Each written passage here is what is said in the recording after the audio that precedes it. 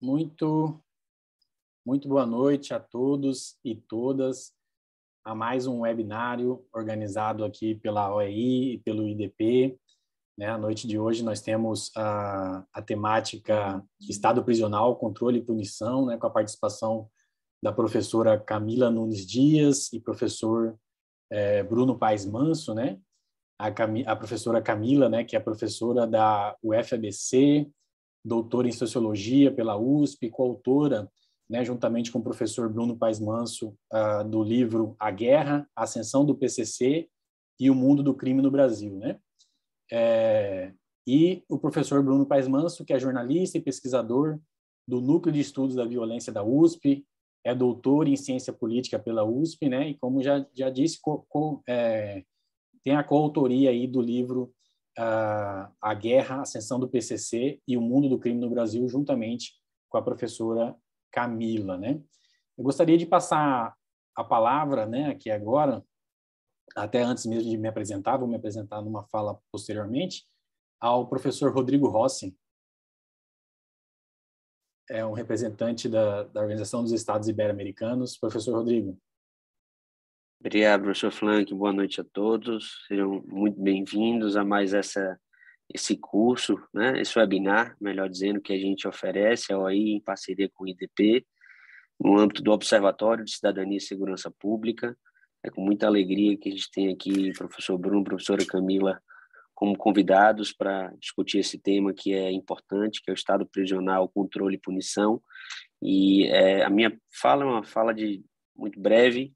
Eu estou como coordenador da OEI aqui no Brasil, e é importante contextualizar que essa iniciativa nasceu há alguns anos atrás, no interesse tanto do IDP como da OEI de desenvolver conhecimento, gerar conhecimento, produzir pesquisa, e isso foi feito pensando primeiro na segurança pública, com um olhar para a cidadania, e de lá para cá já desenvolvemos algumas pesquisas, e também esses cursos que estão sendo ofertados para todos os alunos, de forma gratuita e aberta. Foram mais de 3.500 pessoas que participaram dos cursos em 2021, 800 pessoas participaram dos 3.500 webinars, 800 dos cursos que a gente ofertou.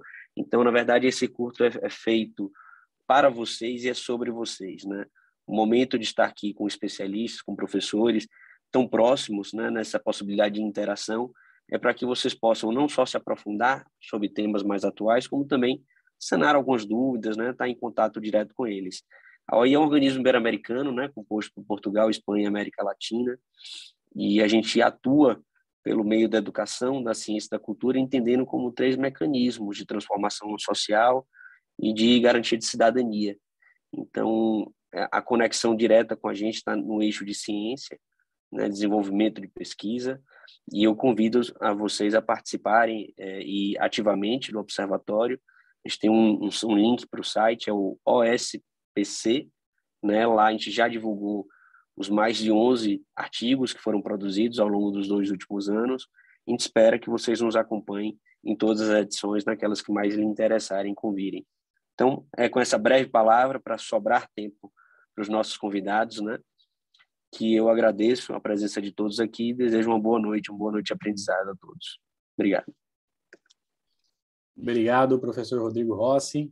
Como o professor Rodrigo falou, do link aí do site do Observatório de Segurança Pública, depois a gente envia aqui também no chat para que as pessoas possam copiar e acessar o website do Observatório. Então, mais uma vez, estamos aqui hoje com os palestrantes, professora Camila Nunes Dias, professor Bruno Paes Manso.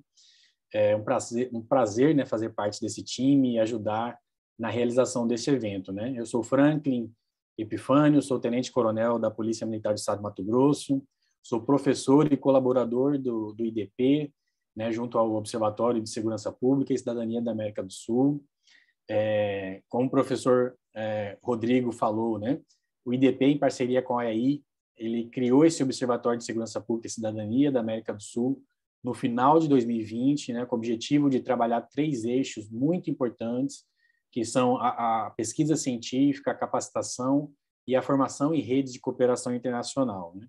No ano de 2021, foram realizados vários webinários e também 3 minicursos voltados para a área de segurança pública, todos com uma expressiva participação do público.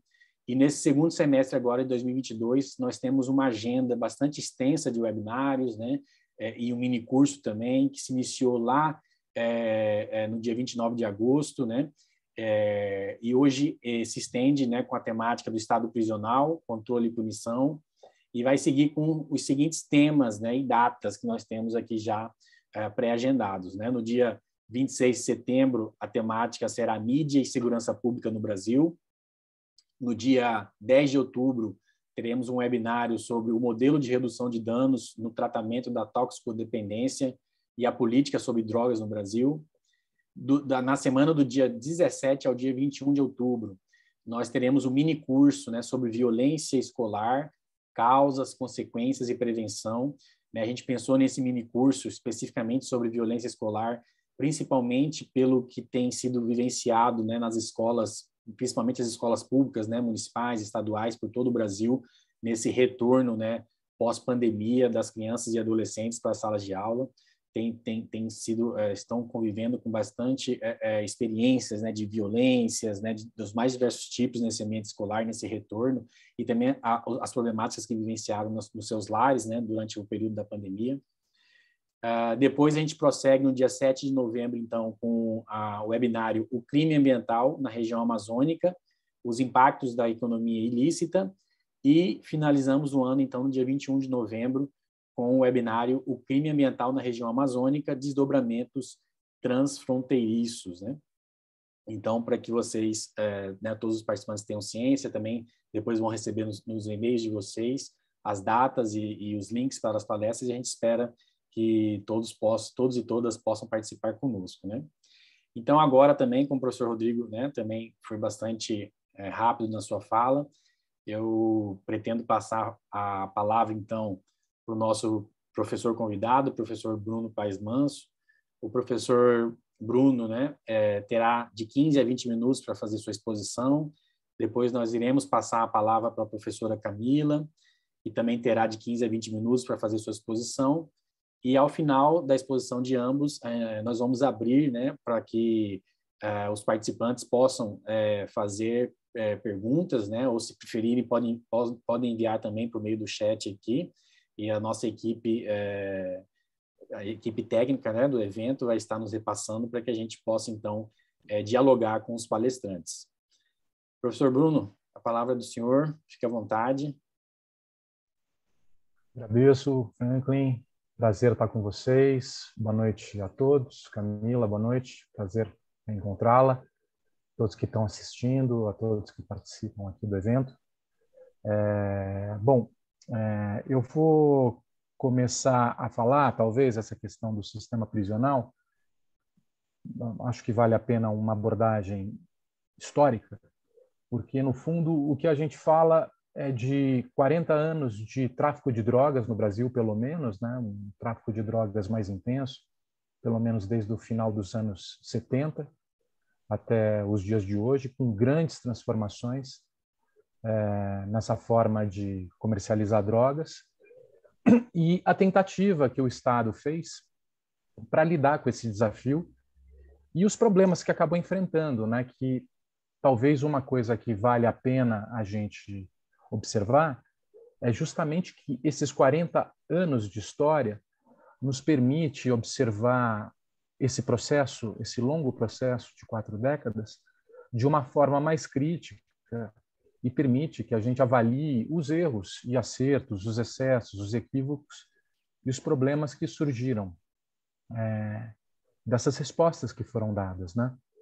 E a gente tem, de alguma maneira, encontrado muitos problemas nesses 40 anos de políticas públicas de segurança e de justiça, quando o tema é tráfico de drogas, né?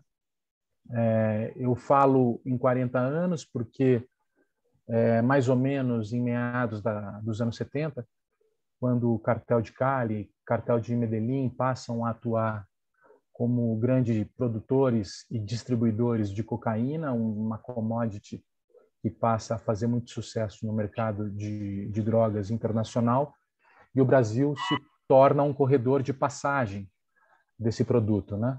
E Rio de Janeiro e São Paulo passam a virar também, além de mercados de passagem, mercados de consumo intenso, né?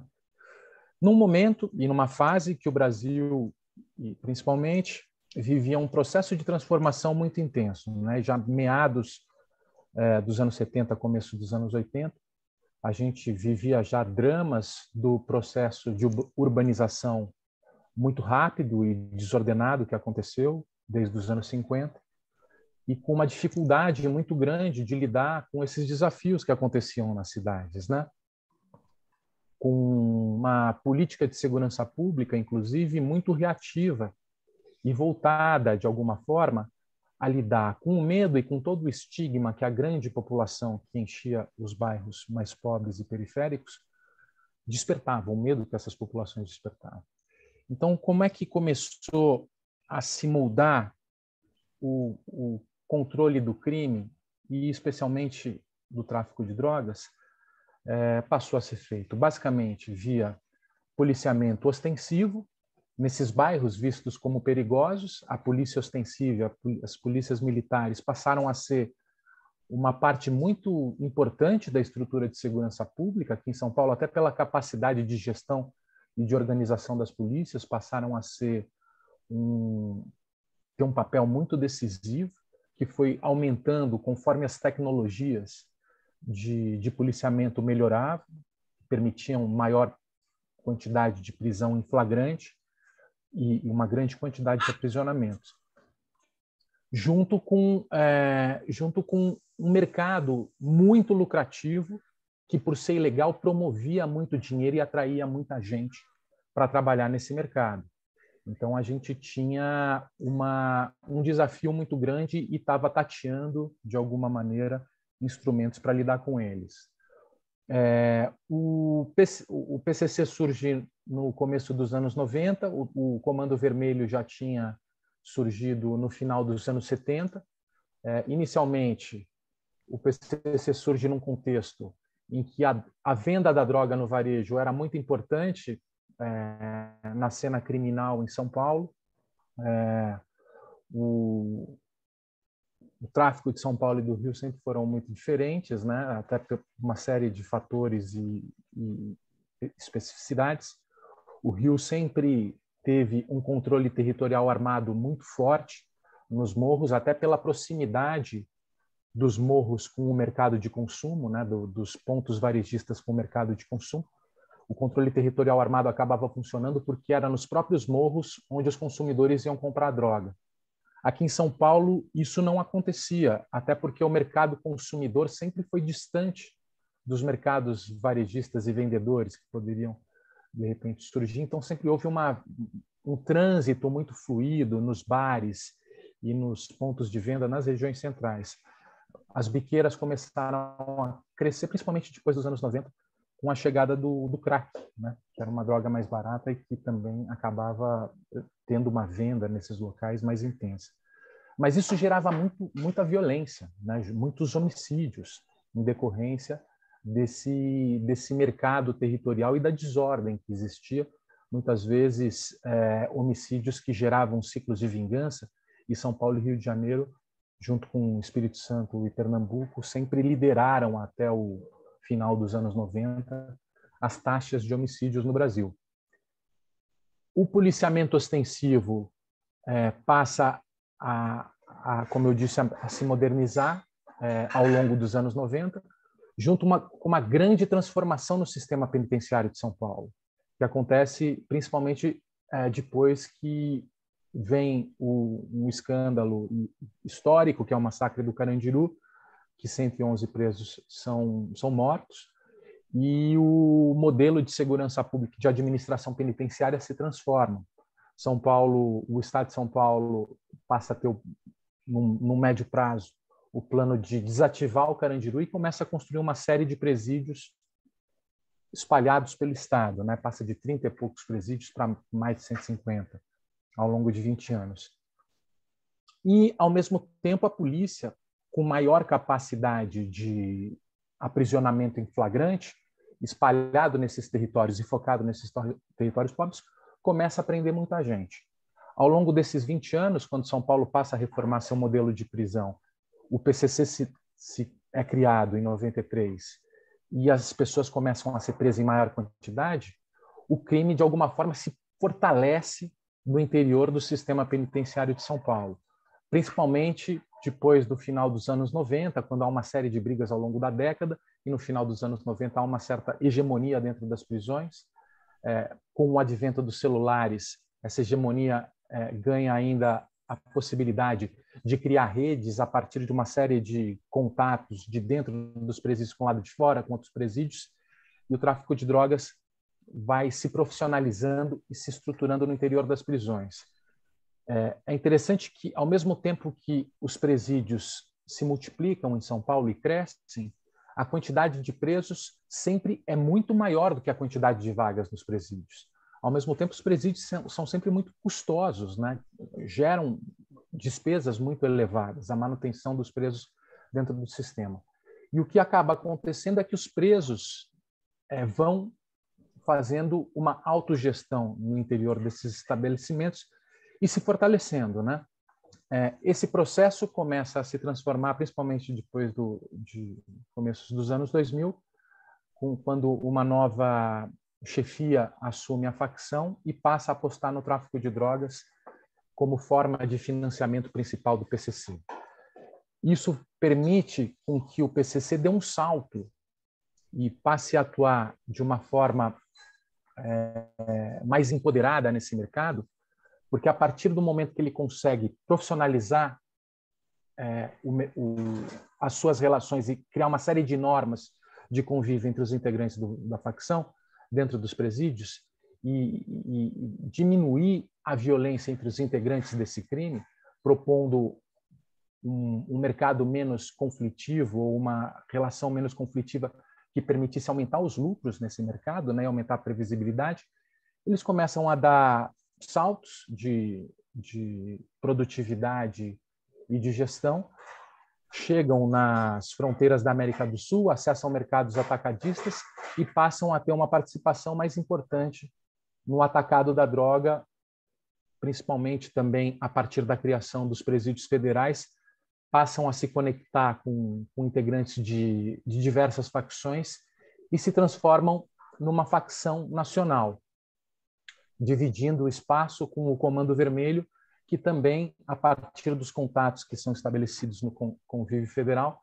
se colocam como uma alternativa nesse mercado nacional que se transforma, né, muito rapidamente. Então, se a gente tinha, no começo dos anos 90, algumas grandes facções concentradas principalmente no Rio de Janeiro e em São Paulo, Terceiro Comando, Comando Vermelho, PCC aqui, eram os principais grupos criminosos aqui em São Paulo. A partir da década de 2010 em diante, esses grupos começam a se espalhar pelo sistema penitenciário presidencial, né? Eu quase falei aquilo, ato falho, pelo sistema penitenciário do Brasil e se torna um modelo de gestão de negócios do tráfico de drogas, né? Vale lembrar que, da mesma forma que São Paulo viu esse crescimento muito intenso do número de presos no sistema, né, de 30 e poucos mil, 40 mil para 230 mil em 20 anos, o Brasil também acompanhou esse aprisionamento em velocidade muito acentuada, multiplicando por 10, passando de 90 mil, a última vez que eu vi os dados do CNJ, estava 900 mil presos, né, se tornando o terceiro país que mais prende também em todos esses estados, com unidades penitenciárias sucateadas, onde a autogestão dos presos acabam fortalecendo os chefes desses grupos que fazem a gestão do varejo da droga nos territórios, né? Então, isso se transformou num modelo de negócio muito bem sucedido, né, no Brasil, e colocou uma série de desafios e uma série de problemas com os quais a segurança pública hoje precisa lidar, né? Aqui em São Paulo, por exemplo, a gente, por um lado, tem um aspecto importante e um avanço significativo, que essa profissionalização do crime, esse exercício e essa criação de normas no convívio da cena criminal, se profissionalizou o crime, aumentou o lucro, contribuiu também para a redução da violência. Hoje, São Paulo é o estado proporcionalmente com menos homicídios por 100 mil habitantes do Brasil, algo que era impensável há 20 anos atrás. Por outro lado, você tem um crime muito mais capitalizado, com condições de fazer investimentos em negócios formais, entrando na economia formal, esquentando esse dinheiro, atuando em construção civil, atuando em serviços públicos, em organizações sociais, em transportes públicos, financiando a economia e financiando a política também. Então, a gente passa a viver um outro tipo de desafio, com esse financiamento do crime, possibilitando maior influência política e econômica como nunca houve antes.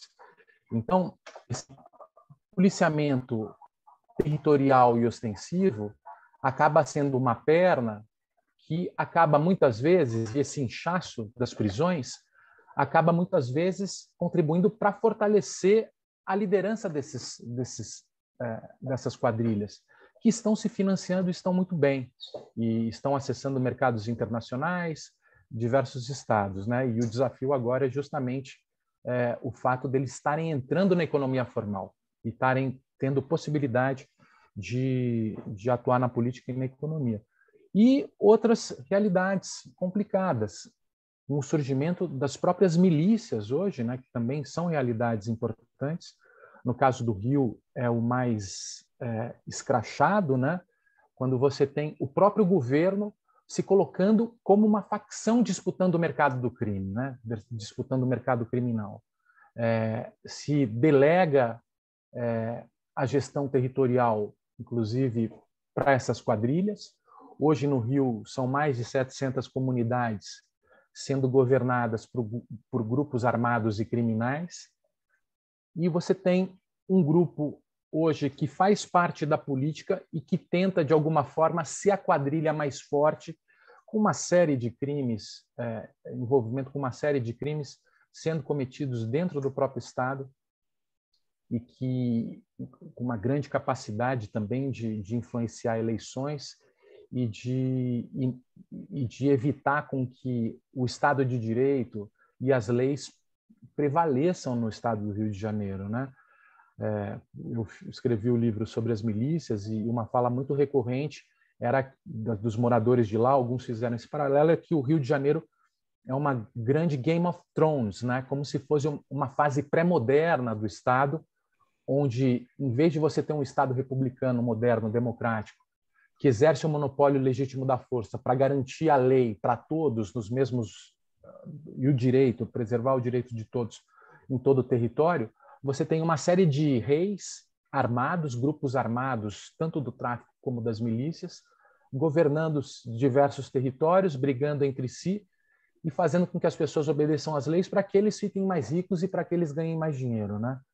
Então, acaba sendo uma política pública voltado ao aprisionamento e com pouco esforço para o trabalho de compreensão da indústria do crime e da dinâmica das engrenagens do funcionamento do tráfico de drogas, da lavagem de dinheiro, do próprio financiamento de empresas privadas, ao passo que se investe muito nesse conflito territorial armado dos pequenos traficantes que enchem as prisões e fortalecem essas lideranças, acaba sendo muitas vezes um remédio que acaba virando o nosso veneno, né? E acaba fragilizando mais do que controlando ou atuando para diminuir o crime, né? Acaba produzindo outros problemas e outros efeitos com os quais a gente precisa lidar, né? Bom, eu acho que eu já fiz aqui a minha iniciação, já deu meus 15 minutos aqui pelo que eu estou vendo. E passo a bola aí para a Camila. Obrigado, gente. Aí a gente conversa mais depois. Obrigado, professor Bruno. Professora Camila, pode ficar à vontade. Boa noite a todos. Agradeço o convite, é um prazer, né, estar participando hoje do webinário, um prazer rever o Bruno e estar aqui, né, com todo esse público, né, de mais de 40 pessoas. É um prazer, né, ter esse espaço de diálogo. Bom, eu e o Bruno, nós não combinamos, né, a exposição, mas eu acho que ele enfocou mais essa relação das prisões com os efeitos que elas produzem para fora, né, a relação com o tráfico. E eu preparei assim algumas reflexões pensando na prisão propriamente dita, né?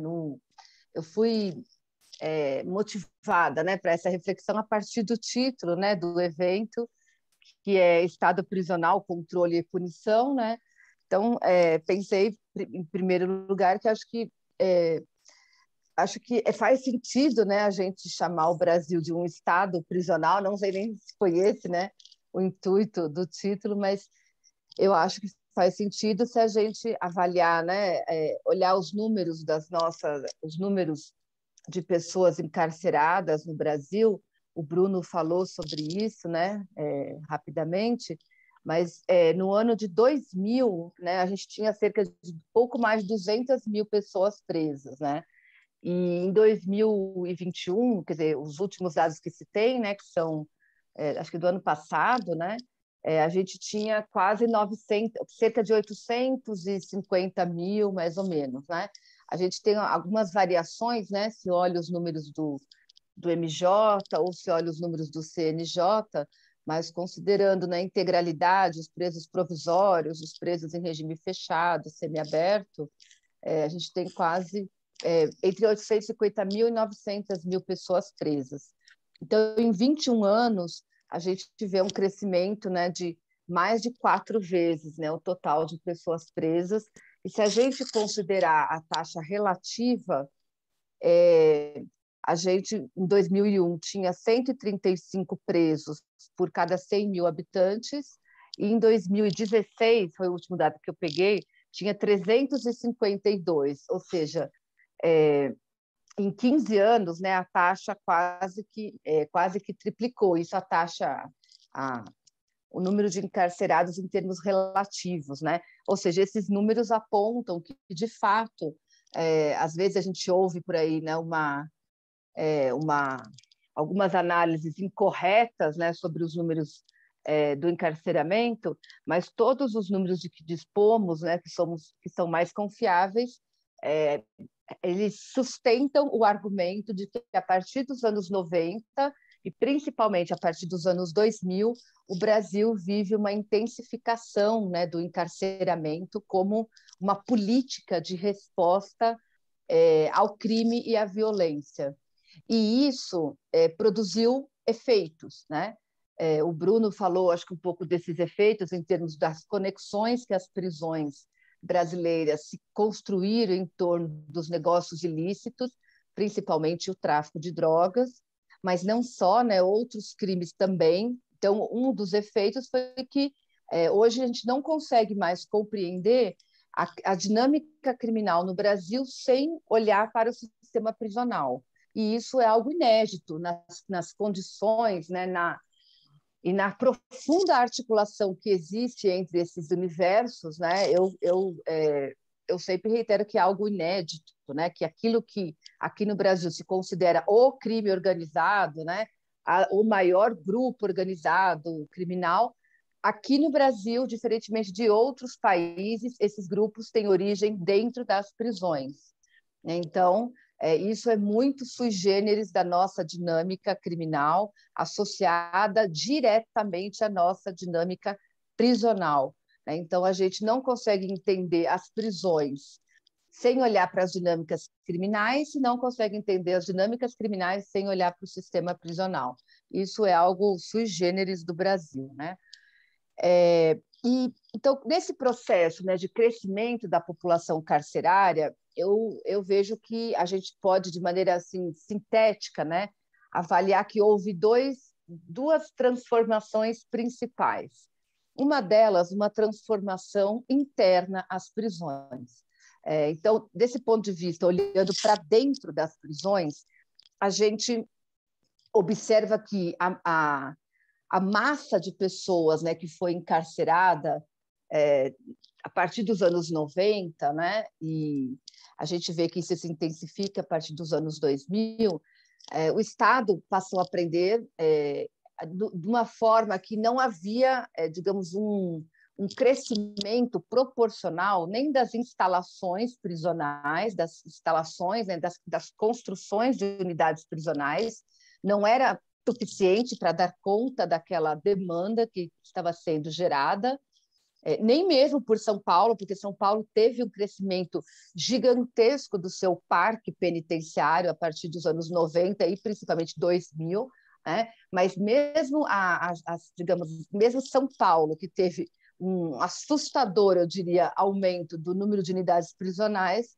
nesses últimos anos, não foi um aumento de unidades capaz de dar conta do aumento da demanda, e nem em nenhum lugar do Brasil. Então, o superencarceramento, o volume de pessoas presas, sem a correspondente, né, estrutura prisional, provocou, como é evidente, uma deterioração das condições das prisões, que historicamente são ruins, né? Historicamente elas são violadoras dos direitos mais básicos da população. Então, o Estado é um grande violador de direitos, um grande violador da lei de execução penal. Isso é um grande contrassenso, né? Porque o Estado pune e ele mesmo comete crimes, né? Já que, se a gente considerar, obviamente, né, a ideia de crime como um desrespeito, né, um desrespeito à lei, então o Estado ele é um dos principais criminosos, né, no que diz respeito à lei de execução penal. Então, conforme aumenta as pessoas presas sem correspondente investimento entre aspas, né, sem a correspondente com as condições para abrigar essas pessoas presas, obviamente há uma deterioração muito grande, né, das condições internas. E isso, o que significa essa deterioração? Significa o espaço propriamente dito, mas também significa a ausência de alimento suficiente, a ausência de tudo o básico que o Estado tem a obrigação de ofertar, não é questão de escolha, é uma obrigação. Tudo isso se deteriora de maneira muito rápida. E uma coisa mais importante, né, para essa discussão, quer dizer, uma coisa fundamental também para essa discussão, a própria capacidade de gestão do Estado, das prisões, ela passa a ser comprometida na medida em que não há também um investimento em termos do pessoal, de contratação, né, de profissionais para atuarem junto à população carcerária na mesma proporção que essa população crescia. Então, isso provocou uma situação que eu costumo chamar de gestão compartilhada ou cogestão, entre aspas, né, entre o Estado e a própria população carcerária, em que, em grande parte das unidades prisionais do Brasil, o Estado faz a gestão, digamos assim, do pavilhão para fora, e do pavilhão para dentro a gestão ela é realizada pelos próprios presos, né? E isso os próprios presos através das facções, que então, né, não vou retomar aqui, o Bruno já falou um pouco, elas se organizam, sobretudo a partir do final dos anos 70, no caso do Rio de Janeiro, em São Paulo nos anos 90, e ao longo de todo esse período elas vão expandindo, elas vão se espalhando, né, por todo o sistema carcerário desses dois estados, e depois para outros estados, e hoje a gente pode dizer que a dinâmica prisional no Brasil ela é faccionalizada, então as facções, né, têm um papel central, né, nessa dinâmica prisional. Então, na grande maioria dos estabelecimentos prisionais dos estados, são essas facções que estão ali à frente do gerenciamento do cotidiano do convívio entre os presos, tanto nas celas quanto no pátio, nos pavilhões, de uma maneira geral. São esses grupos que fazem de tudo, desde distribuição de alimentos, que o Estado traz, né? Aqui em São Paulo eles são chamados de boieiros, até a limpeza, até a distribuição de medicamentos, enfim, tudo que se diz respeito à convivência dentro do pavilhão é realizado por pessoas que estão vinculadas de alguma maneira a esses grupos criminais. Então, com isso, né, essa transformação no cotidiano das prisões colocou as prisões nas mãos dos grupos criminais, e isso, ao longo desses últimos anos, empoderou esses grupos e fez dos estabelecimentos prisionais um locus de organização do crime e da criminalidade. A prisão se tornou uma base a partir de onde essas redes criminais elas vão se fortalecendo, ela é um espaço de recrutamento de novos integrantes para essas redes, de ascensão dentro da rede, né, para esses integrantes. Então, paradoxalmente ou não, a prisão se torna o grande locus aí, né, a grande engrenagem de articulação do crime no Brasil. Acho que é importante falar que, obviamente, que nem todo mundo, né, que vai preso quando sai inserido nessas redes criminais, né, mais profissionalizadas. Mas, se a pessoa entra na prisão e sai sem se envolver com essas redes, é por puro, eu diria assim, esforço e persistência dela individualmente, né, porque a instituição prisional não tem nada, não há política pública alguma, né, para no sentido de evitar a vinculação criminal das pessoas que são enviadas para as prisões, né, pelas autoridades brasileiras. Então, se há uma ausência de vínculo, não é por conta de uma política pública, é por conta de esforços da própria pessoa que vai presa, e muitos realmente sabem das consequências nefastas para a própria trajetória e evitam, né, se vincular a esses grupos. Mas a prisão, enquanto instituição, o que ela impulsiona é justamente a produção desse vínculo, pelas condições em que submete todos aqueles que são encarcerados, né? Então, se houve essa transformação interna, né, que a prisão se torna esse centro de articulação de redes criminais, houve também uma transformação externa, né? Então, externamente, o horizonte da prisão, como o horizonte do cárcere, né, ele se expande muito assim, para amplos segmentos da população, sobretudo, né, as populações mais pobres, vulneráveis, que moram em regiões periféricas, e, sobretudo, pretas, jovens e principalmente masculina, mas entre as mulheres cresceu demais também, né, a população carcerária. Então, a prisão nesses bairros ela se torna algo comum, né? Então, quase todas as famílias em São Paulo, pelo menos, acho que isso talvez seja válido para todas as cidades, grandes, pelo menos, né? Praticamente todas as famílias que moram em regiões periféricas, em favelas, têm algum parente ou amigos conhecidos que estão ou que estiveram presos. Então, a prisão ela alarga os horizontes, ela abrange uma população gigantesca, sobretudo esse segmento da população, né? Muito delimitado territorialmente nas grandes cidades.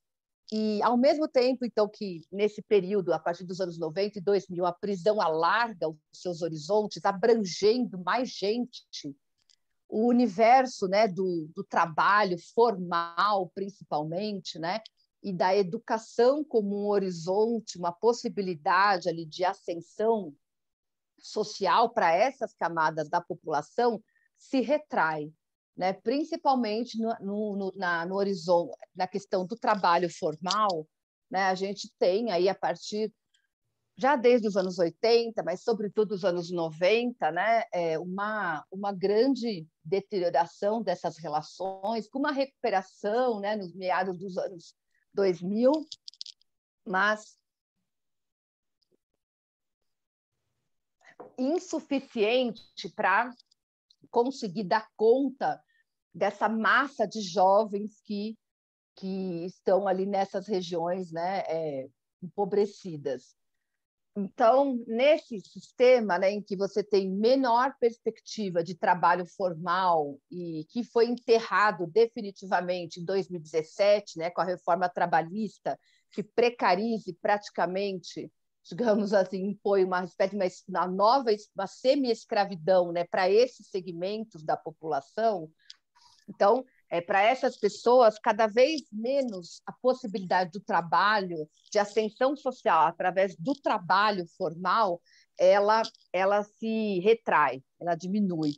E muito menos da educação. A educação pública, sobretudo nessas áreas, também vai se deteriorando cada vez mais, com sempre menos investimentos. É muito emblemático que aqui em São Paulo, por exemplo, em algum período aí recente, se fecharam muitas escolas, sobretudo as de período noturno, que são aquelas que, em tese, são a possibilidade, né, de educação para quem trabalha, que são justamente esses jovens. Então, é muito sintomático quando a gente vê o fechamento de escolas e a inauguração de prisões. Acho que isso é muito representativo dessa guinada, né, que a gente viveu, então, nessas últimas décadas, em que a prisão ela é o horizonte muito presente na vida de milhões de pessoas, né? Porque se a gente tem quase 900 mil presos, a gente estima, né, não tem, claro, uma estimativa muito exata, muito certa sobre isso, mas cerca de 5 pessoas são, de alguma maneira, direta ou indiretamente afetadas pela prisão de uma.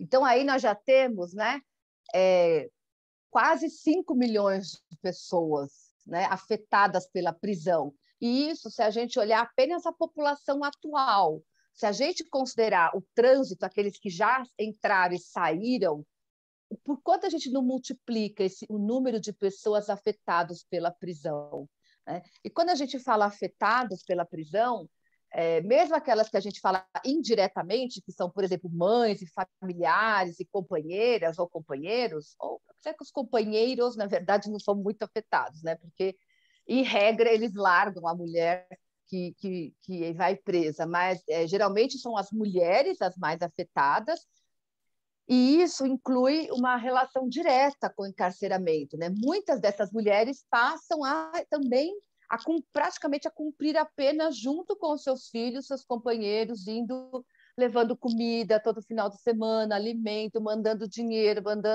aqui em São Paulo se fala o jumbo, né? Enfim, então há toda uma rede de pessoas que acaba sendo afetada pela vida prisional, né? Então,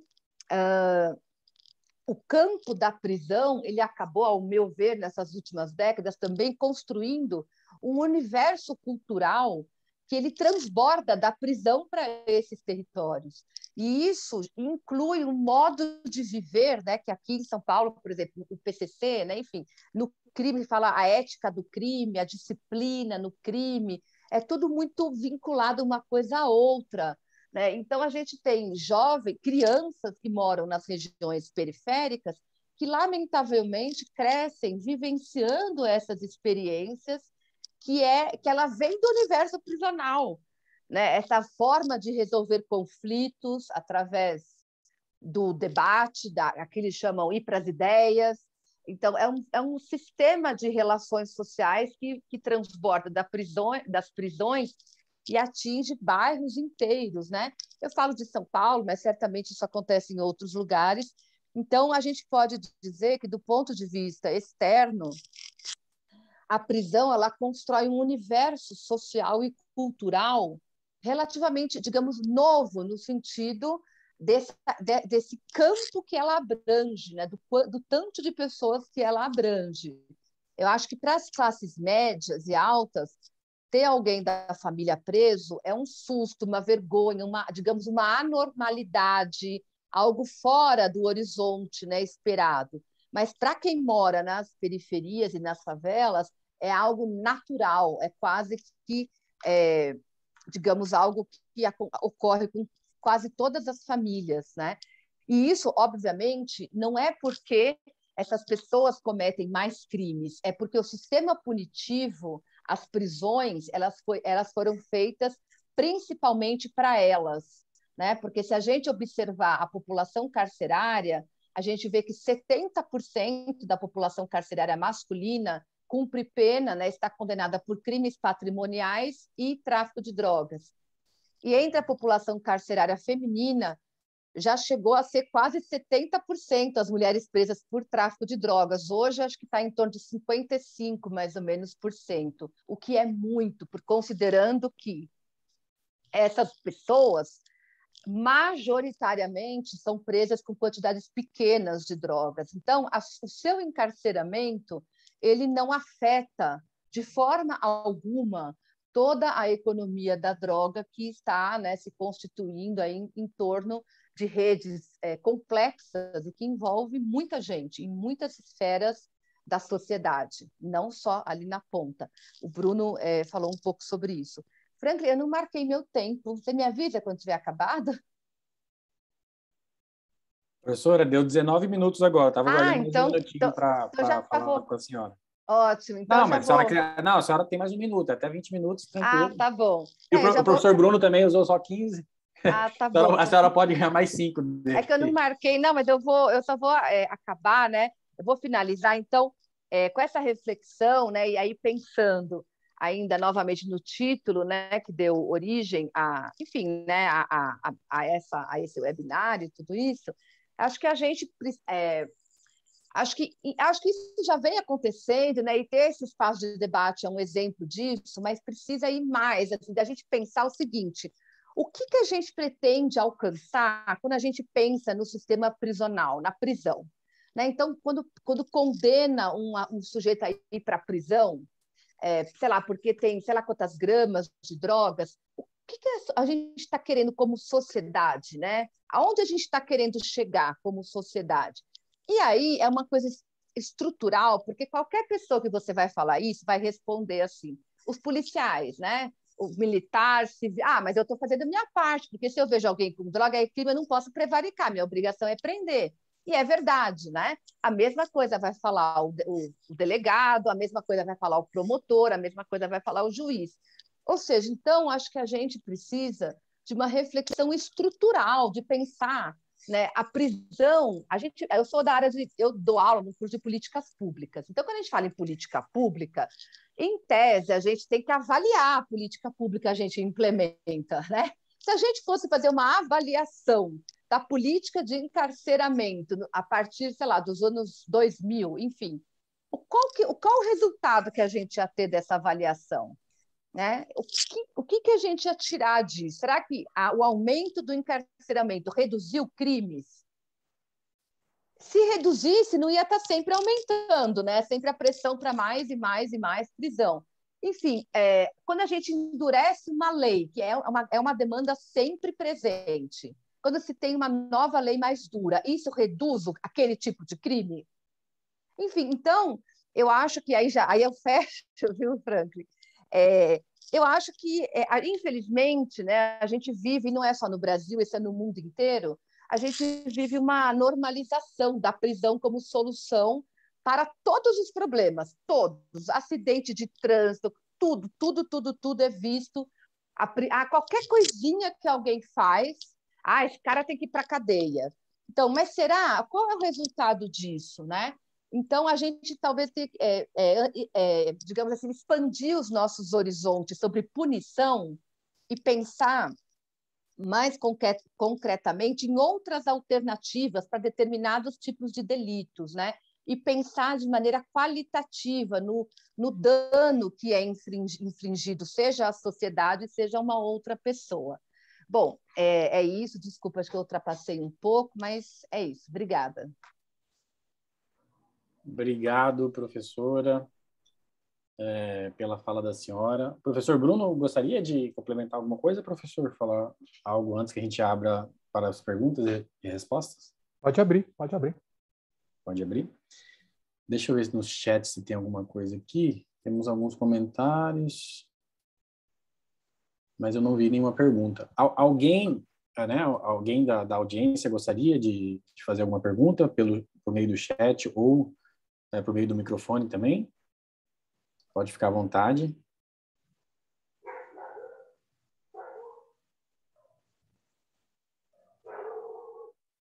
Esperar um minutinho, se alguém quiser se manifestar.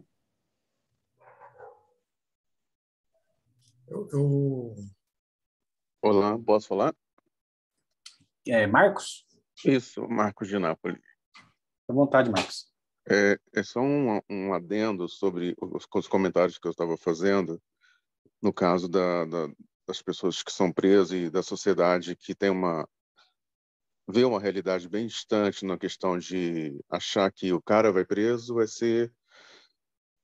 ser corrigido lá na cadeia. Porque as pessoas, na verdade, a maioria, assim, quando se pensa, tirando grandes cidades, a maioria não vai ver o preso. Eu, por exemplo, acabei de falar aí vendo tanto que eu trabalho, eu sou da área da saúde, já fui da hotelaria e agora estou terminando pedagogia. Então, eu trabalho, faço plantões, eu faço meus estágios, estudo pra caramba, faço muita prova, trabalho pra caramba. Eu sou do Sul, mas eu moro no Rio. Mas o que acontece? Lá no Sul também eu trabalhava muito. Então, eu trabalhei muito até comprar meu primeiro terreno, minha casa. Depois vim para o Rio de Janeiro por uma pressão grande de um mega investidor aqui do Rio. Eu vim tomar conta dele, na época eu era cuidador de idosos. Enfim. E aí eu penso da seguinte forma: outro dia, eu participo de um grupo de um cara da Academia Brasileira de Letras, e nós escolhemos um livro, fazemos uma votação a cada 3, 4 meses, escolher um livro para uma causa. E essa vez a causa é o sistema prisional. Foi por acaso, né? E aí aconteceu de cair vocês aqui para mim, né, hoje. Da gente de ter esse aceno, né? Acho que é uma coincidência enorme. Até vou mandar para o pessoal do grupo. Mas, assim, aí eu peguei, questionei, gente, a escolha era: qual livro você colocaria para um prisioneiro, uma pessoa presa em estado de prisão, lesse? Eu peguei e falei, gente, peraí, olha como que são as prisões, olha como que são as prisões no Brasil.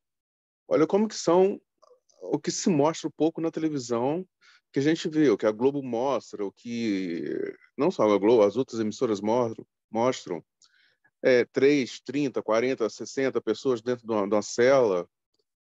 Pode ter aí lá no sul, alguns lugares.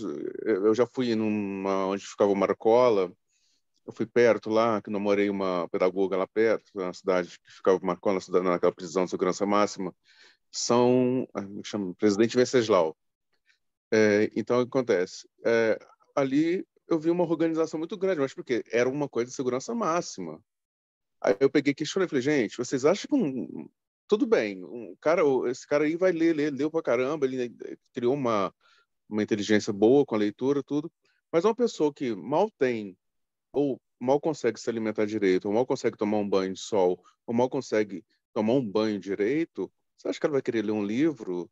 Isso aqui não é aquelas cadeias norte-americanas que tem as celinhas, cada um no seu quadradinho, que pode fazer as coisas. No Brasil é bagunça, o Brasil é diferente, o Brasil não é essa coisa toda assim, não. E aí eu fiquei assim, eu não vou escolher você, eu vou deixar vocês escolherem, porque eu acho assim que ainda falta melhorar muita coisa para poder falar assim, eu poder pensar que alguém foi preso e vai ser melhorado.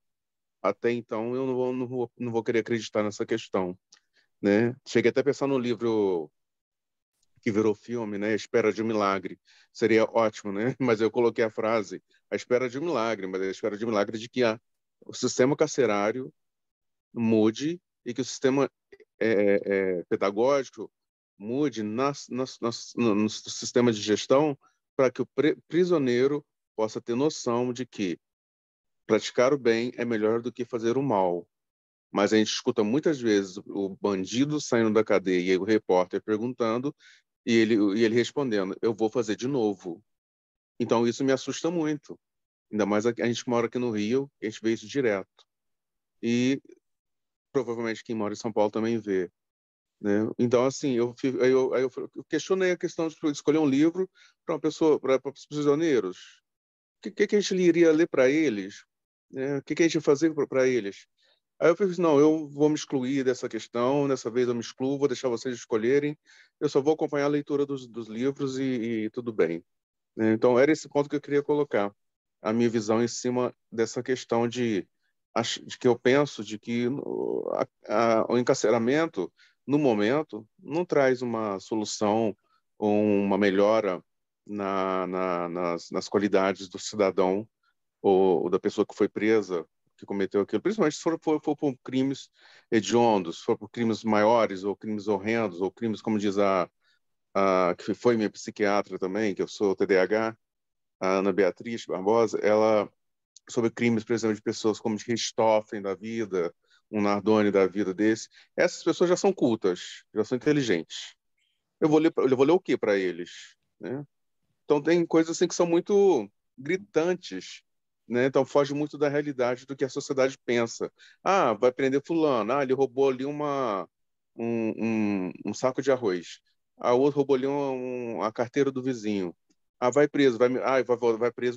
Bom que vai ser preso, vai voltar melhor, vai aprender a ser gente. Não, de repente, a pessoa volta pior. É isso que a gente escuta muito aqui no Rio de Janeiro. Era isso que eu queria passar. Obrigado, viu? Obrigado, Marcos. Professora Camila, professor Bruno, gostaria de comentar algo a respeito do comentário do Marcos? Depois eu queria fazer uma pergunta. Não, é interessante, é isso. Talvez o que faz muito sucesso são livros como a Bíblia, né? Alguns livros de autoajuda, de superação, acaba no final das contas funcionando, né? Numa situação dramática. Só um comentário também sobre a questão que o Marcos traz, né? Eu acho que primeiro, né, Marcos, você comenta o que as pessoas acham que vai sair melhor, né? Eu acho que esse tipo de distorção sobre a realidade, ela já não cabe mais, né? Eu acho que quando as pessoas exigem, demanda para que a pessoa vá presa, eu acho que ninguém está pensando assim que essa pessoa vai ser vai sair melhor, né, da prisão. Acho que alguém está compartilhando, né, Matéria? Acho que está todo mundo ouvindo, né? Agora, eu acho que, em geral, eu acho, né, que a prisão ela tem uma função de punição, de contenção e ainda uma função de castigo, né? Que é uma função, digamos assim, do sistema punitivo, em tese pré-moderno, de vingança, né? De vingança. Mas acho que a prisão ainda representa, a pena de prisão, especialmente, ela ainda representa uma espécie de uma vingança da sociedade contra a pessoa que cometeu um delito. E como punição, como correção, eu acho, sinceramente, que esse tipo de equívoco não tem mais lugar, né? Porque eu acho que isso nunca aconteceu na história das prisões, nem no Brasil, nem em lugar nenhum do mundo, né? A ideia de corrigir, né? A ideia de que a prisão pode corrigir alguém. No máximo, então, você pode esperar que é um horror ali dentro tão grande que, eventualmente, vai dissuadir o cometimento de crimes por outros ou pela própria pessoa que vivenciou aquele sofrimento. Isso até acontece, mas em casos, digamos, mais uma vez, né, a gente volta para o individual, né? Mas do ponto de vista social e institucional e como política pública, eu acho que um grande exemplo do quanto no Brasil não se dá a mínima para a ideia da prisão como um corretivo, uma correção, alguma coisa para melhorar aquele indivíduo que está lá. É claro que a gente vai dizer que são macroestruturais, tem uma série de questões que, por exemplo, que inviabilizam a profissionalização, o trabalho, etc., etc. Mas a educação, ter escolas dentro das prisões, eu diria que não seria algo assim mais absurdo, né? Não seria algo impossível de se realizar. Ter escolas no sentido do preso ser obrigado a frequentar. Então, se ele tem ensino médio completo, ele é obrigado a frequentar aulas do ensino médio. Se ele tem ensino fundamental incompleto, enfim, ele ser obrigado a frequentar o grau, né, de escolaridade correspondente àquilo que ele não fez antes. Mas acho que quem aqui lida com o sistema prisional sabe, é ínfimo o número de pessoas presas que estudam. E não é porque a população carcerária não quer, é porque o Estado não oferece. O Estado oferece pouquíssimas ou nulas vagas, né, de educação nas prisões. E quando acontece, é uma péssima qualidade, são descontinuadas, elas não têm regularidade, o professor às vezes não tem nenhum tipo de, digamos, de não quer dar aula naquele lugar, né? Enfim, uma série de problemas, não quer e não é preparado para dar aula dentro de uma unidade prisional, uma série de problemas que fazem com que seja quase nula, né, o impacto, digamos assim, da escola dentro das prisões. E eu diria, né, se a gente quisesse, se tivesse no Brasil, de fato, uma preocupação mínima com corrigir alguma coisa, minimamente poderia estruturar um sistema de educação nas prisões em que os presos fossem obrigados a estudar, né? Mas isso não acontece. Então, eu penso que esse não é interesse das autoridades, né? Então, enfim, eu acho que e aí o Marcos coloca a questão do livro. Eu entendi a sua posição, sabe, Marcos? Mas paradoxalmente ou não, né? Esse horror todo que as prisões estão, se tem uma coisa que permite um alívio desse universo horroroso, é a leitura, né? Então, nos presídios onde a direção da unidade oferece a oportunidade de leitura, que circula os livros, né? E que circula livros também que seja de interesse da população, não adianta ser para livro infantil, né? Trata-se de população adulta, enfim, então tem que ter livro correspondente ali aos interesses, né, da população que está presa.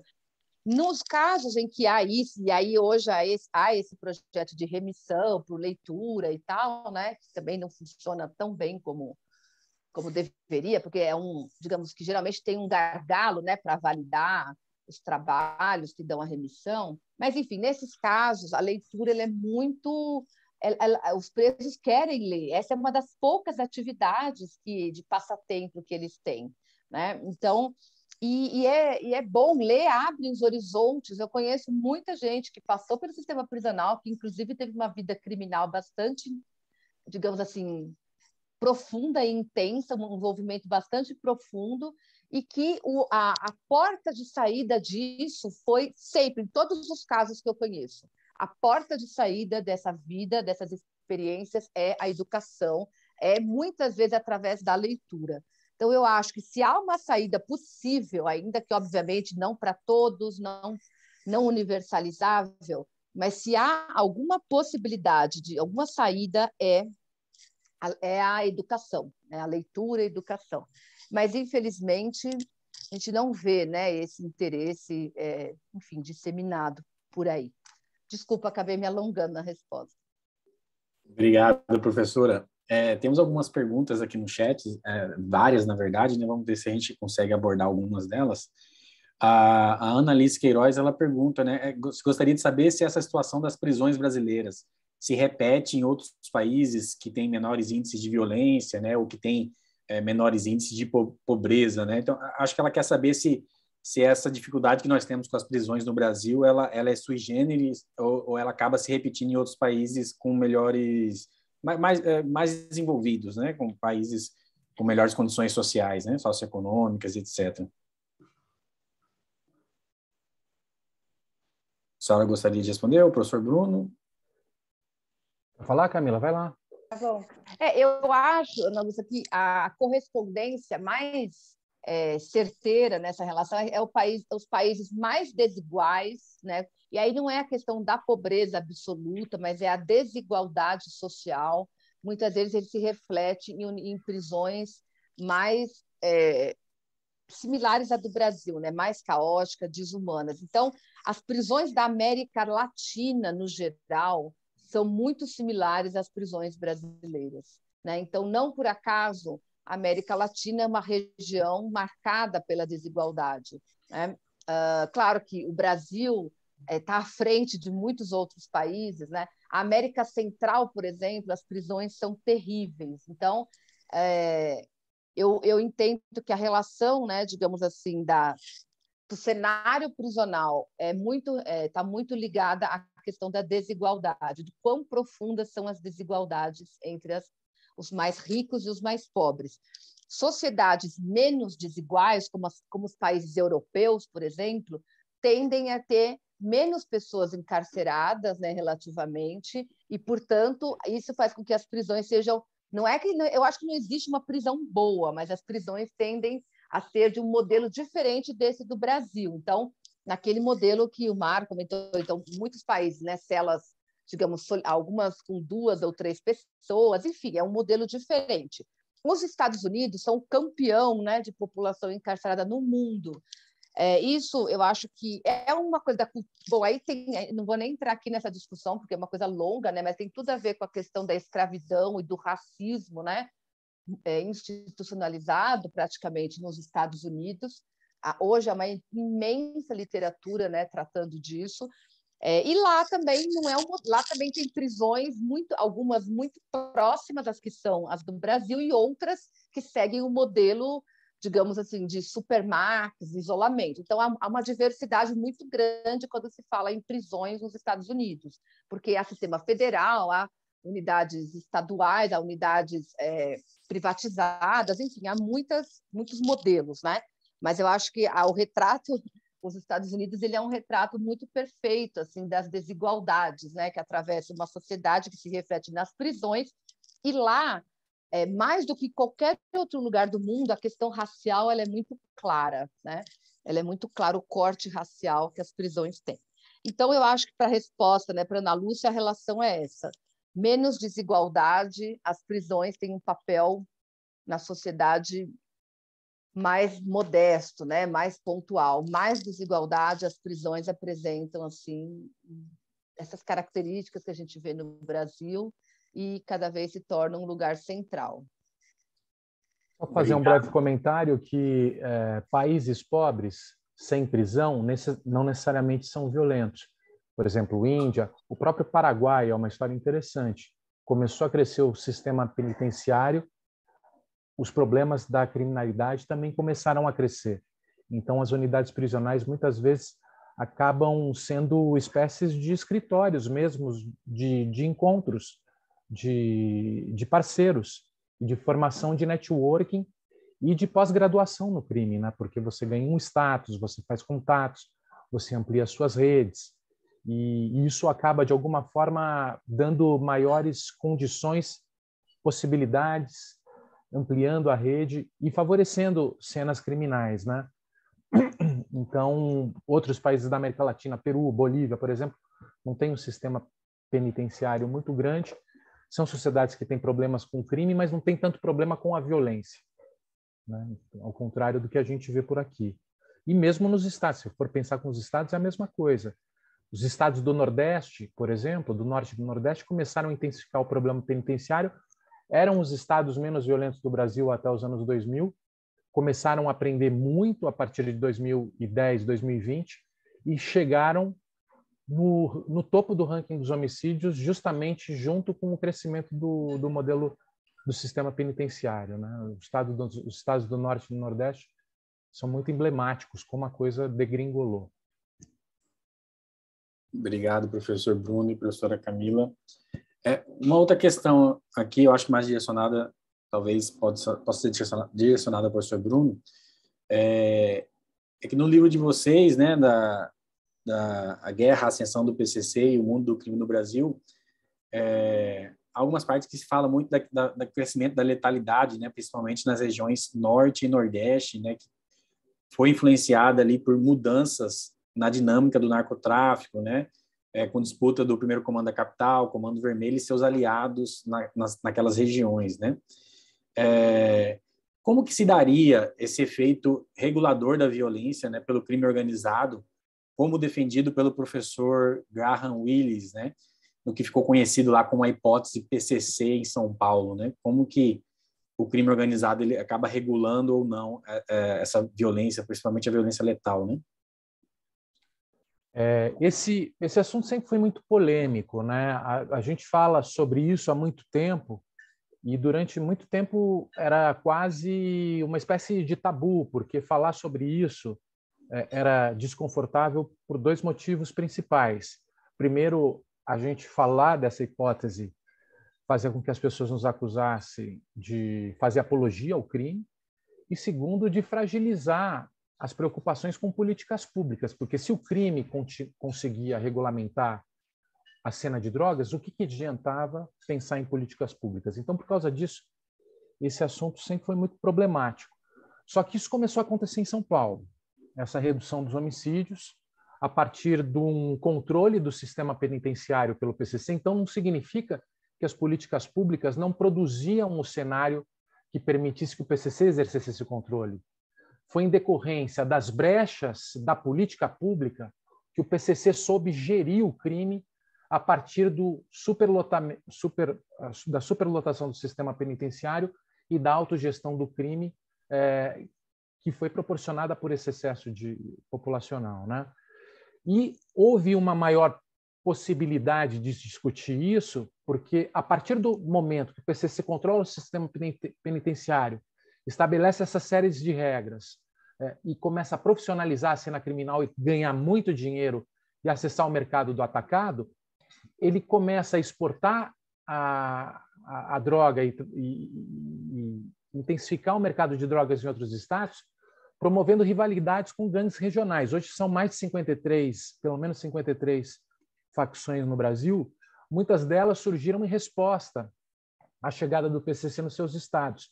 E o que acontece é o seguinte, quando existe um mercado de droga que consegue regulamentar as regras desse mercado e exercer uma hegemonia como exerce o PCC a partir de construção de regras que são respeitadas na cena do crime, isso permite que eles ganhem mais dinheiro e sejam menos conflituosos, porque conflito significa custos. A partir do momento que você tem uma hegemonia no estabelecimento de regras, você consegue ganhar mais dinheiro e ser menos conflituoso. Ao passo que, quando você tem um mercado competitivo, com gangues competindo no território mercado, como não há mediação desse mercado por ser ilegal, eles tendem a disputar mercado e território pela bala, pela violência. Então, o PCC, ao mesmo tempo que consegue regulamentar e reduzir os homicídios de São Paulo, ele exporta a violência por outros estados porque encontram mercados com competição, com gangues que respondem, ou seja, não significa que o PCC tenha paz como princípio.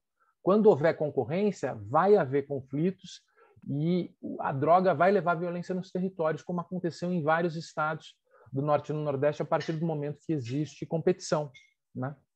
Então, é muito mais o pensar em queda e redução, muitas vezes é um reflexo da estabilidade ou da instabilidade do mercado local de drogas, mercado territorial de drogas. Quando há competição e gangues competindo, ele tende a ser mais violento. Quando isso não acontece, tende a ser mais controlado e menos violento. Como a gente vê na Europa. Na Europa são mercados de drogas muito fortes, assim como nos Estados Unidos, mas você tem uma regulamentação do crime nesses lugares, regras menos violentas, que permite que sejam mercados muito lucrativos e com pouco homicídio, né? O mercado paulista se parece mais nesse sentido com o mercado europeu, muito rico, muito intenso, mas com regras menos violentas.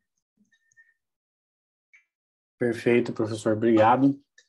Uma outra questão aqui, contextualizando rapidamente, né, diz que as prisões, né, elas acabam no Brasil, né, sendo, de certa forma, controlado o seu funcionamento, né, pelo próprio crime organizado, né, se dá com a cooperação do crime organizado. As taxas de reincidência, né, elas são altíssimas no Brasil também, né, então acaba que esses presos, né, acabam reincidindo em diversos crimes depois, e isso vai variar de crime para crime, tipo penal, etc., né. Há um preconceito enorme, né, contra quem já passou pelo sistema, né, que acaba não arranjam um emprego, acabam não se inserindo na sociedade, né. Então, como que os professores veem, né, esse desafio gigantesco, né, dessa reintegração social do preso no Brasil, né, já que nós teremos que conviver com essa pessoa que foi presa, né? Ela vai, num determinado momento, sair da prisão e retornar à sociedade, né? E essa sociedade não o recebe bem, não dá espaço para ele, o crime organizado está aí, né? Em busca de mão de obra. Como tratar dessa questão da reintegração, né? Qual seria a solução para que efetivamente houvesse uma reintegração do ex-preso no Brasil, né? Primeiro, né, Frank, eu acho que a gente precisa lembrar uma coisa que o senso comum, né, muitas vezes nos traz, né, é a ideia de que as pessoas que estão presas cometeram crimes bárbaros, hediondos, né? Até acho que na fala do Marcos anteriormente, né, ele citou a Suzane Richthofen, enfim, né? Esse tipo de crime que tem essa, digamos, essa atenção midiática, ele é algo assim muito pontual e ocasional. Então, essas pessoas, né, que cometem esses crimes, que têm essa visibilidade toda, isso não nos ajuda a compreender o problema prisional, porque são coisas muito raras, né? São excepcionais. Então, a massa de pessoas que está presa respondendo por crimes, digamos, mais corriqueiros. Não estou dizendo que sejam, né, menos, digamos, que sejam melhor ou menos ruins, mas só que é importante trazer essa diferença, né? Seja o tráfico de drogas, o mesmo furto, roubo, enfim, né? É a massa das pessoas que está presa. Nem homicídio né? As pessoas presas por homicídio acho que eu não sei se está chegando já a 10%. Então, acho que primeiro é importante fazer esse contexto, né? Então, da gente, de fato, pensar não necessariamente então, a pessoa que sai da prisão ela é ela cometeu um crime assim horrendo e tal, né? Enfim, então, mas infelizmente, né, os programas de televisão e as coisas de uma maneira geral faz a gente ter uma outra percepção que todo mundo cometeu um crime, uma atrocidade, né, que está preso. Eu acho que a questão da ressocialização, acho que ela passa primeiro por uma questão da gente reconhecer a seletividade do sistema, né? Porque por que algumas pessoas que têm poder e influência cometem crimes todos os dias, muitas vezes, né? E aos olhos de todo mundo. Só que essas pessoas não são vistas como perigosas, né? Elas continuam sua vida todos os dias cometendo crimes e mais crimes, e muitas vezes tem aceitação social, a comunidade gosta dela, e ela não é vista como um indivíduo perigoso. Um exemplo de um empresário, né, que foi condenado, uns anos atrás veio para o Brasil, estava condenado e veio, digamos, extraditado. Quando chegou no Brasil, como ele era um empresário famoso, casado com uma atriz famosa, eu me lembro até hoje, né, de no avião, no voo em que ele veio extraditado, chegou no Brasil, no aeroporto, as pessoas querendo tirar foto com ele, selfie. Então, eu acho que isso é um exemplo de como essa ideia do estigma, né, do preso, do ex-presidiário, ele está novamente vinculado à seletividade do sistema. São os pobres e pretos, porque quando é um criminoso rico e branco, e supostamente bem-sucedido, muita gente da nossa sociedade vai lá e quer tirar foto com ele, né? E aí, bom, aí a gente chega à questão da reintegração, ou ressocialização, sabe-se lá como é que se fala, se chame isso. Todo mundo precisa sobreviver, né? Então, se o indivíduo sai da cadeia, e isso é uma rotina, ninguém dá oportunidade, ninguém dá um emprego, às vezes, ganhando um salário mínimo, que é uma coisa para sobrevivência. As pessoas precisam sobreviver. Então, é como se a sociedade tivesse condenando essas pessoas a continuarem na sua experiência ilícita para conseguir sobreviver, e depois é a mesma sociedade que vai puni-la novamente, né? Enfim, a gente não é uma questão de pensar nas pessoas como são vítimas, coitadinhas. Não, mas é uma questão de um reconhecimento, né, de uma realidade. Todos nós que estamos aqui queremos comer, queremos ter nossa casa, queremos ter lazer, queremos dar as coisas para os nossos filhos. Todo mundo quer. Só que, infelizmente, uma ampla maioria da sociedade não tem esse direito. Doutora, Sim, Posso comentar uma coisa sobre essa questão dos ricos que são presos? claro. Eu tive uma experiência com um paciente que eu tive em Copacabana e eu, sem perceber, eu gostava, quando eu tinha umas horinhas de folga, eu gostava de ficar lá em cima, no terraço, que dava de um lado eu via a praia, do outro lado, se eu olhasse para trás, eu via as favelas. Então, se eu olhasse para o lado, eu via um prédio gigantesco, lindo, todo bonito, que era que é hoje o famoso prédio dos Bicheiros, né? E à época eles tinham sido presos. Foi em 2000 se eu não me engano, 2008, 2009, uma coisa assim. Aí eu lembro que, por exemplo, assim, houve uma situação. Num dia, a Globo, os jornais todos falando, foram presos, foram não sei o quê, aconteceu isso, aquilo, outro. Aquilo. Eu falei, não prendeu, pelo menos prendeu, né? Mas passaram-se, tipo, menos de uma semana, eu peguei, fui fazer eu criei uma rotina de ficar na noite lá no terraço. E aí, o que acontece? Começaram a soltar fogos lá do prédio. Trabalhava no prédio da esquina de cá e eles no prédio da esquina de lá. Aí eu descobri que os últimos 3 andares pertencem ao mesmo grupo.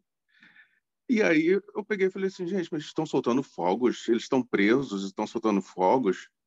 Aí eu peguei, mandei uma mensagem pro porteiro lá embaixo, né, um porteiro do prédio que eu trabalhava. Aí o porteiro falou assim, que estão presos? Eles já foram soltos, eles estão comemorando a soltura deles.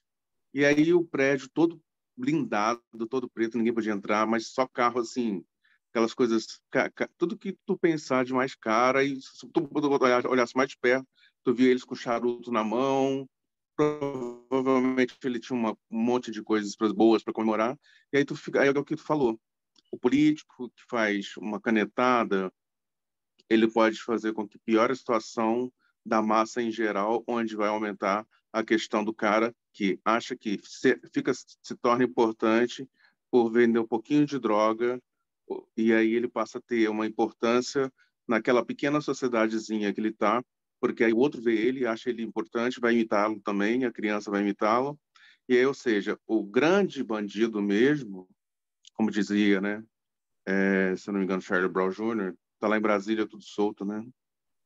É complicado isso, né? Mas eu cheguei a ver, eu precisei ver isso para acreditar que isso era verdade. Se eu não me engano, a Legião Urbana também falava alguma coisa sobre isso. Mas é muito triste ver essas questões, ver que os ricos não mudam, saem e cometem de novo e vão continuar a mesma coisa, igual tu falou. Provavelmente alguém vai pedir para tirar foto com eles, né? E eu, sem saber, uma vez tirei foto com uma pessoa dessas. Eu não sabia. Depois eu descobri, 5 anos depois, que essa pessoa era uma pessoa complicada e era uma bandida. E hoje ainda é deputada federal. Ai, Professora, meu Deus do céu. Obrigado. obrigado, Marcos. A professora quer comentar, finalizar o comentário da senhora? Não, eu acho que era só isso mesmo, né? Eu acho que eu acho que todos os processos, tudo que se relaciona com a questão da punição, não tem como deixar de olhar para a questão da seletividade, né? Porque isso é que no fundo estrutura tudo, né?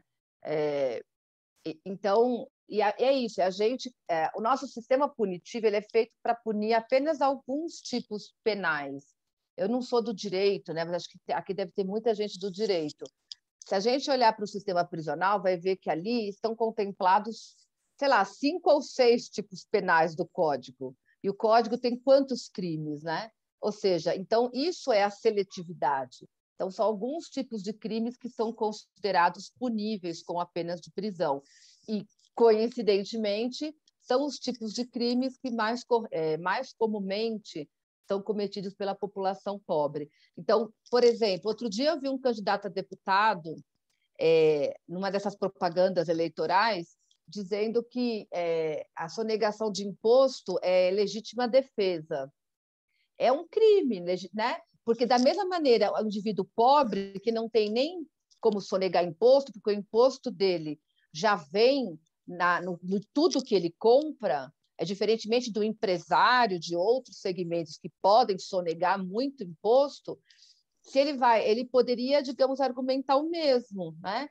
bom, eu vou roubar, que é legítima defesa por conta da pobreza que eu vivo, né, dos meus direitos que são violados. Agora, um deputado fazer disso um mote da sua campanha eleitoral, acho que nos dá aí uma ideia do quão desigual em sociedade nós somos. Nós admitimos alguns crimes, nós normalizamos alguns crimes, né? E por isso que o Código Penal é apenas uma porcentagem muito baixa, né? Nem porcentagem, não dá nem para falar em porcentagem, são alguns crimes apenas que estão contemplados ali no sistema prisional. Obrigado, professora Camila. Bom, a gente ainda tem algumas outras questões no chat, né? Mas já devido ao avançado da nossa hora, né? A gente vai deixar para responder numa outra oportunidade. Gostaria de saber se o professor Bruno tem algo mais a comentar, professor? Eu queria agradecer a todos aí, foi um prazer estar com todo mundo. Obrigado pela chance. Um abraço, Camila. Obrigado, Franklin. Foi um prazer. Obrigado, professor Bruno. Obrigado, professora Camila, novamente. A senhora gostaria de falar também? Não, só queria agradecer, dizer também que estou à disposição, né? Acho que, enfim, vocês têm contato, fico à disposição para outras oportunidades. Também as pessoas que mandaram perguntas, que não vai ter tempo, né, de tratar aqui, estou à disposição para continuar esse diálogo através, enfim, de outros meios, né? E também parabenizar o Instituto, aí, o Observatório, pela iniciativa de tratar um tema que muito tempo foi praticamente esquecido, abandonado, deixado de lado, já que as prisões eram vistas como o lixo da sociedade. Então, muitas vezes se falava em segurança pública, mas quando falava assim, não precisava falar em prisão, porque está preso já resolveu o problema, né? Em tese, se entendia assim. Hoje a gente vê que, na verdade, das prisões emergem muitos dos nossos principais problemas, né? Então, acho que é um avanço que, ao menos, a gente comece a debater e criticamente, né, o que a prisão traz, né, para a sociedade. Então, só quero agradecer a vocês e parabenizar. Obrigado, professora. Então, em nome do IDP, da UEI, né, através do Observatório de Segurança Pública e Cidadania da América do Sul, a gente agradece imensamente a participação da professora Camila Nunes Dias, do professor Bruno Paes Manso, né, que gentilmente cederam seus tempos para se prepararem, para estarem aqui conosco, né? Agradecemos também a presença de todos e todas, né, que estiveram na audiência, que fizeram as perguntas, que participaram conosco aqui. Eu enviei há pouco, né, o link no chat do canal do YouTube do IDP, onde essa palestra ela estará disponível depois, né, para que a gente possa assistir novamente. Também temos a palestra anterior que está lá também, que trata de justiça restaurativa, né? No dia 26 de outubro, teremos nosso próximo webinar com a temática mídia e segurança pública no Brasil, né? Então todos serão comunicados também via e-mail, será divulgado também nas redes sociais do IDP para que as pessoas participem, vocês participem conosco, né? Estou vendo agora ali a professora Camila está divulgando o e-mail dela, né? Caso alguém queira entrar em contato, fazer alguma pergunta. E gostaria também, né, até em forma de agradecimento e também já como leitor de ambos, né, os palestrantes, né, reforçar aqui, né, os livros que foram escritos, um livro que foi escrito pelos dois, né, A Guerra, a Ascensão do PCC e o Mundo do Crime no Brasil, né, de autoria tanto do professor Bruno quanto da professora Camila, né, que está disponível aí nas melhores livrarias do país. E um outro livro mais recente, do professor Bruno, né, A República das Milícias, dos Esquadrões da Morte à Era Bolsonaro, também recentemente publicado pelo professor Bruno. Então, mais uma vez, agradecer a participação de todos e todas. Um abraço. Professor Atalá, gostaria de fazer o uso da fala? Somente agradecer enormemente a professora Camila, ao professor Bruno, a honra para todos nós aqui da OEI, do IDP, recebê-los. Esperamos que possamos nos encontrar presencialmente e para outros projetos. O livro, eu sou um curioso do direito penal, não sou pesquisador, eu estou vendo que o pessoal está comprando aqui, eu comprei na Amazon, no e-book, é baratinho, está acesso para todo mundo. Eu acho que vai valer a pena ler a obra dos dois aí e entender um pouco melhor desse assunto. O nosso grupo de pesquisa, o Observatório é um grupo de pesquisa, tem como projeto chamar, obviamente, ter diálogos amplos com a sociedade, como a gente teve aqui, mas também proporcionar estudos mais aprofundados, análise de dados, e aqueles que acompanham o nosso trabalho vão estar sendo convidados através digital para participar de reuniões mais voltadas para a produção e pesquisa efetivamente. Professores, desejo a todos uma boa noite, um nosso grande abraço. Franklin, obrigado por tudo, e desejo a todos um bom descanso, ideias fervilhando, até a próxima, né? Obrigado. Tchau, gente. Obrigado, Obrigada. gente. Tchau, tchau. Tchau, tchau. Boa noite.